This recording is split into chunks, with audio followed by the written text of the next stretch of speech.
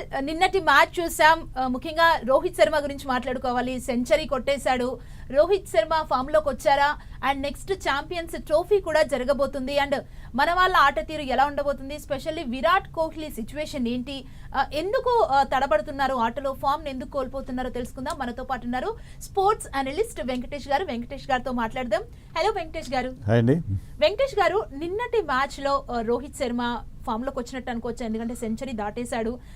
Form ని continue చేస్తాడా? దీన్ని ఎలా చూస్తారు?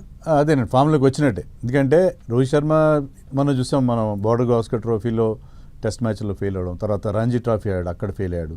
ఈ సిరీస్లోని ఫస్ట్ మ్యాచ్లో కూడా అతనికి పెద్దగా రన్స్ చేయలేదు.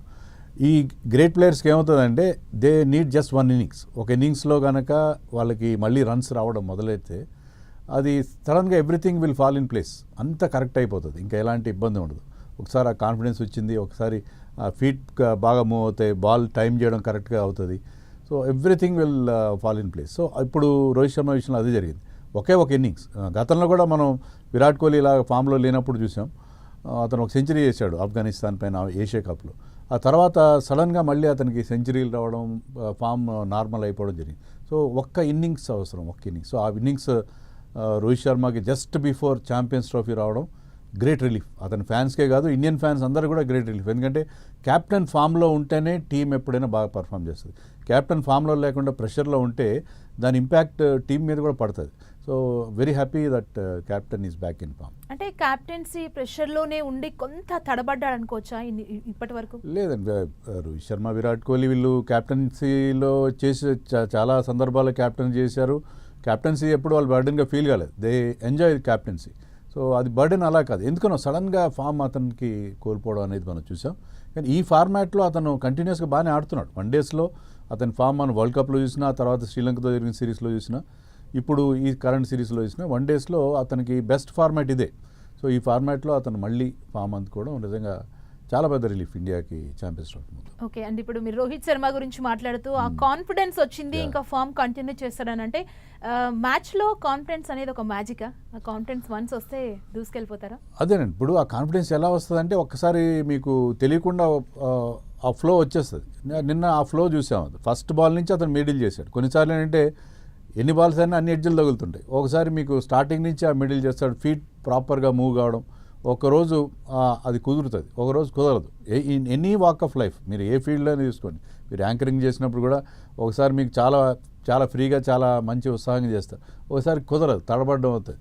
So it happens in every field. So అదే రకంగా రోహిత్ శర్మ కూడా నిన్న అన్ని విధాలు కలిసి వచ్చింది. అది రైట్ టైంలో వచ్చింది. ఎందుకంటే చాలా కాలంగా అతను ఆ ఫామ్లో లేకపోవడం, ముఖ్యంగా బోర్డర్ గవాస్కర్ ట్రోఫీలో 4 టెస్ట్ మ్యాచ్ల్లో 7-8 ఇన్నింగ్స్ ఆడి 31 రన్స్ మాత్రం చేశాడు. 31 రన్స్ అంటే ఒక ఇన్నింగ్స్లో అనుకుంటాం మనం. అలాగే 7-8 ఇన్నింగ్స్లో 31 రన్స్ అంటే చాలా చాలా పూర్ ఫామ్. సో మనకి చాలా ఇలాంటి వచ్చినప్పుడు ఏంటంటే చాలా ఇప్పుడు యూట్యూబ్ ఛానల్స్ అవన్నీ ఉన్నాయి. వాళ్ళు ఎలాంటి థియరీస్ ప్రపోజ్ చేశారంటే ఛాంపియన్స్ ట్రోఫీకి అతను తీసేస్తారు టీంలోంచి, వేరే కెప్టెన్ పెట్టేస్తారు. ఇలాంటివన్నీ rumour mills became very very active ఆ స్టేజ్లో. బట్ ఫార్చునేట్లీ ఇన్ టైంలో రోహిత్ శర్మ, ఎందుకంటే అతను ఆ ఎక్స్పీరియన్స్ కూడా అవసరం.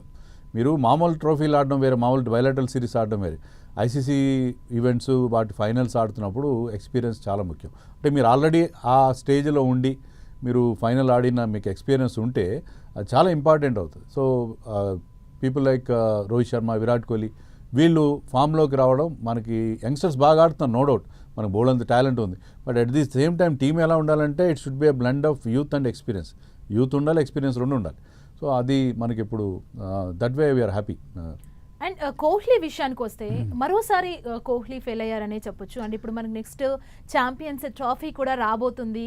ఈ ట్రోఫీలో ఇలాగే పూర్ పర్ఫార్మెన్స్తో ఉండి యాక్టివ్గా లేకపోతే కనుక, ఫామ్లో లేకపోతే ఇండియాకి ఇది ఒక నష్టం అని అనుకోవచ్చా? అంటే రోహిత్ శర్మ విషయంలో ఎలా జరిగిందో, రోహిత్ శర్మ గురించి అలాగే అనుకున్నాం కదా. ఫామ్లో లేడు అనుకుంటే సడన్గా ఫామ్లోకి వచ్చాడు. అది రావడంతోనే 7 సిక్స్లు కొట్టి బ్రహ్మాండమైన స్థాయిలో వచ్చాడు. సో ఈ గ్రేట్ ప్లేయర్స్ ఏంటంటే వాళ్ళు ఏదో ఒక టైంలో ఖచ్చితంగా ఫామ్లోకి వస్తారండి. విరాట్ కోహ్లీ విషయంలో నాకు ఎలాంటి సందేహం లేదు. ఎందుకంటే విరాట్ కోహ్లీకి కూడా ఇది బెస్ట్ ఫార్మాట్. అతని రికార్డు చూస్తే స్టూపెండస్ రికార్డు ఉంది. ఆల్మోస్ట్ 14,000 రన్స్ ఉన్నాయి. 50 ODI సెంచరీస్ చేసిన ఏకైక batsmen. Sachin Tendulkar also scored 49. Virat Kohli already scored 50 centuries. మొన్న రీసెంట్గా వరల్డ్ కప్ అంటే 1 year బ్యాక్ వరల్డ్ కప్ ఆడినప్పుడు he was the highest scorer. So Virat Kohli ఈ ఫార్మాట్లో ఫెయిల్ అవ్వడం అనేది ఉండదు. ఒకటేంటంటే ఇటీవల కాలంలో అతనికి వచ్చిన ఒక ప్రాబ్లం ఏంటంటే స్పిన్నర్స్ ఆడడంలో ఇబ్బంది పడుతున్నాడు. Yes. ఈవెన్ నిన్నటి మ్యాచ్లో కూడా స్పిన్నర్కి అవుట్ అయ్యాడు. అదొక్కటే కొంచెం మనకి ఆందోళన కలిగిస్తుంది. Apart from that Virat Kohli కూడా తెలుసు తను ఇలాంటి సిచ్యువేషన్స్ బయటికి రావాలో అతనికి తెలుసు. ఈవెన్ ఐపీఎల్లో కూడా అనుకున్నాం స్పిన్నర్స్కి తడబడుతున్నామంటే లాస్ట్ ఇయర్ ఐపీఎల్లో స్పిన్నర్స్ మీద అతను కౌంటర్ అటాక్ చేసి బౌలింగ్ రన్స్ చేయడం కూడా చూసాం. సో విరాట్ కోహ్లీ లాంటి గ్రేట్ ప్లేయర్స్ ఏదో ఒక టైంలో ఫామ్లోకి వస్తారు. So Virat Kohli unfortunately first match ఆడలేదు. సో సెకండ్ మ్యాచ్లో ఫెయిల్ అయ్యాడు. బహుశా థర్డ్ మ్యాచ్లో అతను ఫామ్లోకి వస్తే మనం ఛాంపియన్స్ ట్రోఫీకి చాలా కాన్ఫిడెంట్గా వెళ్ళచ్చు. ఎందుకంటే యంగ్స్టర్స్ లైక్ శుభ్మన్ గిల్ కానీ శ్రేయస్ అయ్యర్ కానీ చాలా బాగా ఆడుతున్నారు. సో దానికి తోడుగా ఈ సీనియర్స్ కూడా ఫామ్లోకి వచ్చేస్తే ఛాంపియన్స్ ట్రోఫీలో మనం వన్ ఆఫ్ ది ఫేవరెట్స్గా. ఎందుకు సీనియర్స్ ఎందుకు తడబడుతున్నారు, ఎందుకు ఫామ్ లో ఉండలేకపోతున్నారు?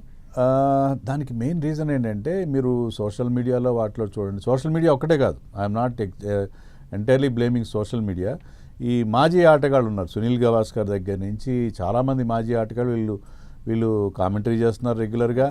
తర్వాత యూట్యూబ్ ఛానల్స్లో మాట్లాడుతున్నారు, రకరకాల ఫోరమ్స్లో వీళ్ళు మాట్లాడుతున్నారు. వాళ్ళు చాలా ఇర్రెస్పాన్సిబుల్గా కూడా కామెంట్స్ చేస్తున్నారు. ముఖ్యంగా సీనియర్స్కి వ్యతిరేకంగా కూడా మాట్లాడుతున్నారు. సీనియర్స్ ఆట తీరు వీళ్ళు ఏంటంటే they are at the twilight of their career చివరిలో ఉన్నారు వాళ్ళు. వాళ్ళ కంటిన్యూషన్ మీద క్వశ్చన్ మార్క్స్ రైజ్ అవుతున్నాయి. వాళ్ళ మీద బోల్డ్ ప్రెషర్ ఉంది, ఎందుకంటే యంగ్స్టర్స్ చాలామంది ఉన్నారు కాబట్టి. సో ఆ అంతమంది యంగ్స్టర్స్ ఉన్నప్పుడు వీళ్ళకి ఆటోమేటిక్ ప్రెషర్ ఫీల్ అవుతున్నారు. మేము ఆల్రెడీ 35 years క్రాస్ అయ్యాము, ఫెయిల్ అయితే మా మీద క్వశ్చన్స్ రైజ్ అవుతున్నాయి, సోషల్ మీడియాలో ట్రోలింగ్ జరుగుతుంది. ఇవన్నీ కూడా చాలా మనం అనుకుంటాం వీళ్ళు బోల్డ్ డబ్బులు సంపాదిస్తున్నారు, బోల్డ్ అంత నేమ్ అండ్ ఫేమ్ ఉందని అనుకుంటాం. కానీ అట్ ది సేమ్ టైం వాళ్ళు బ్రహ్మాండమైన స్ట్రెస్లో ఉంటారండి. ఎందుకంటే వాళ్ళ పర్ఫార్మెన్స్ ఫెయిల్ అయితే ఎలా రియాక్ట్ అవుతారు, ఫ్యాన్స్ ఎలా రియాక్ట్ అవుతారు, తమని నమ్ముకున్న అడ్వర్టైజర్స్ వాళ్ళందరూ ఉంటారు కదా, వాళ్ళ రియాక్షన్ ఎలా ఉంటుంది, ఒక్కసారి ఇంపార్టెన్స్ కోల్పోతామా మేము, ఇలాంటి రకరకాల ప్రెషర్స్ అండ్ టెన్షన్స్ ఉంటాయి. మనం ఏంటంటే వాళ్ళ లైఫ్ చాలా హ్యాపీగా ఉంటారు వాళ్ళు అనుకుంటాం, కానీ they are under tremendous stress and pressure. So ముఖ్యంగా సీనియర్స్ 35 years క్రాస్ అయిన వాళ్ళ మీద ఎప్పుడు ప్రతి ఇన్నింగ్స్లో కూడా వాళ్ళు ప్రూవ్ చేసుకోవాల్సిన పరిస్థితి ఉంది.